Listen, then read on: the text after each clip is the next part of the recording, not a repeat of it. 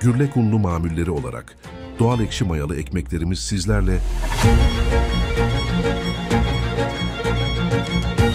Gürlek unlu mamullerinde %100 ekşi mayalı doğal ekmek bulunmaktadır.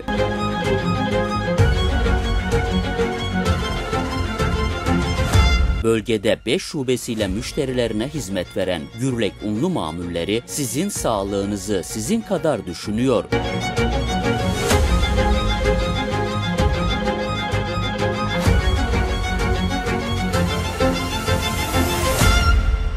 Evinizde sağlıklı ekmek yemeniz için %100 ekşi mayalı doğal ekmek satışları Gürlek unlu mamullerinde başladı.